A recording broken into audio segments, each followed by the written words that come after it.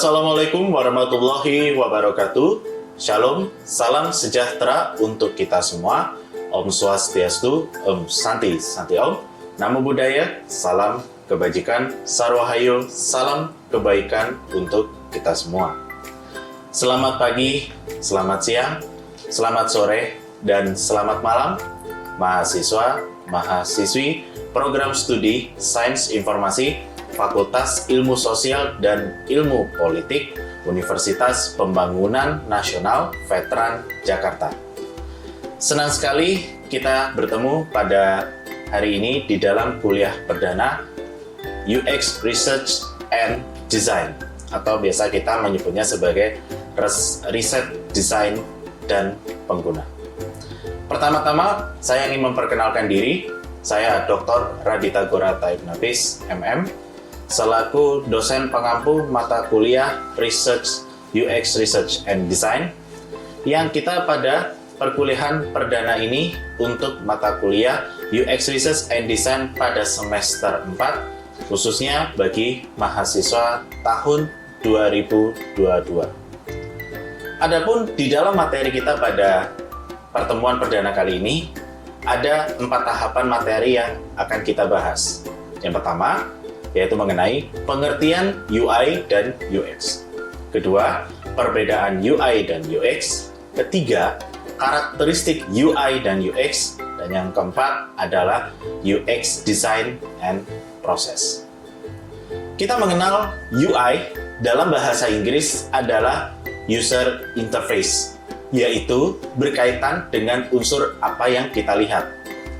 Kita bisa menyebutnya sebagai desain antarmuka, yang dimana pengguna, baik itu untuk mesin atau komputer, interaksi manusia dengan komputer, perangkat lunak seperti komputer, perangkat rumah tangga, perangkat seluler, elektronik, dan beberapa fokus produk lainnya, yang kita pada pertemuan ini akan membahas bagaimana UI itu merupakan bagian bentuk interface atau tatap muka aplikasi yang tentunya berbeda dengan UX atau terkait dengan pengalaman pengguna.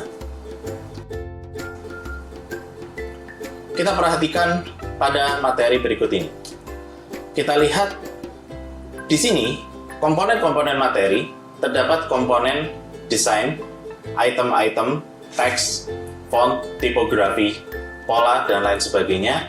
Itu terangkai di dalam serangkaian gambar yang ada di sini. Tujuannya, tampilan atau interface yang ada pada gambar ini untuk bisa menarik perhatian mata dari para calon pengguna kita, atau juga diperuntukkan untuk masyarakat umum sebagai bagian dari daya tarik.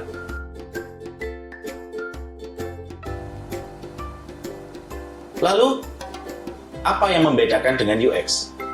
UX orientasinya adalah pada konteks pengalaman dengan apa yang kita rasakan.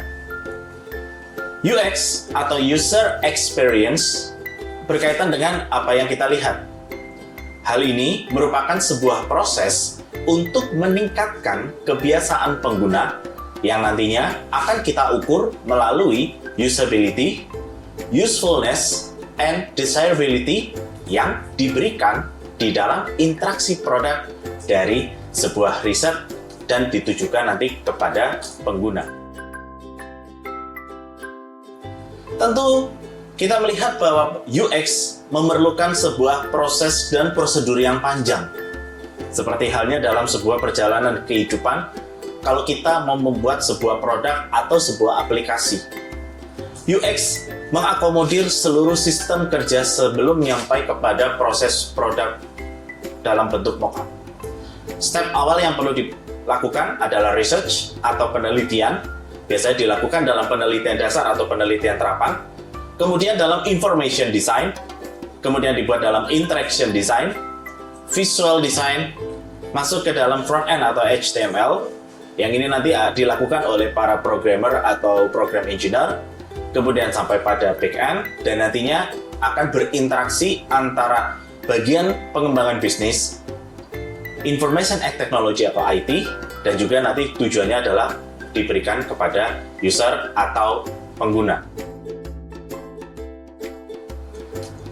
Kita melihat bahwa UI dan UX sering disalahartikan sebagai dua komponen yang sama. Padahal UI dan UX memiliki dua komponen yang berbeda, tetapi saling berinteraksi satu dengan yang lain. Kalau kita bicara UX, berikut komponennya mencakup user research, information architecture, persona, usability testing, journey mapping, task analysis, usability metric, dan wireframing. Sementara UI mencakup pada interface seperti UI trends, UI style guide, UI mockup, prototyping, design handoff, user flow, design ops, dan interaction design.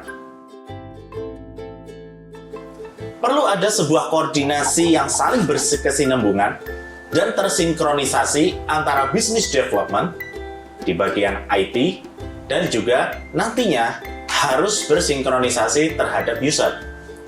Tentunya, para desainer UI dan UX tidak terlalu bertanggung jawab terhadap persoalan after sales. Biasanya after sales itu merupakan pertanggungjawaban dari business and marketing development yang nantinya membangun relasi hubungan engagement dengan user. Dan tentunya juga harus berhubungan dengan stakeholder yang terlibat di sini.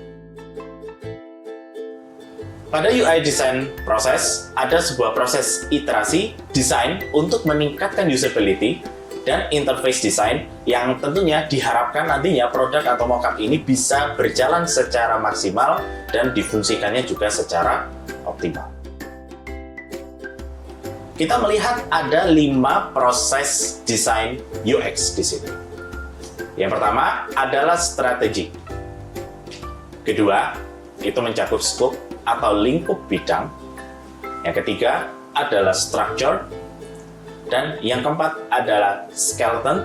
Dan yang terakhir adalah surface atau kita melihatnya sebagai tatap muka di situ atau interface.